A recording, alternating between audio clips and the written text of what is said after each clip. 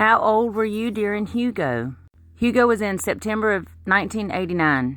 In the comment section, put how old you were and where were you? What was your most memorable moment during Hugo? Me, I was in a little single-wide mobile home at Route 9, Box 104E in Conway, South Carolina. That's about 25 minutes on a good day to the shore. What I remember most about Hugo was my dad said, we all need to be together. And where were we? We were in the middle of the living room of that single-wide mobile home, and in our front yard was a row of pecan trees.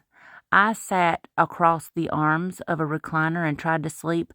I woke up when the house was violently shaken by the wind. Did I go back to sleep that night? No, I didn't. So, where were you? How old were you during Hugo?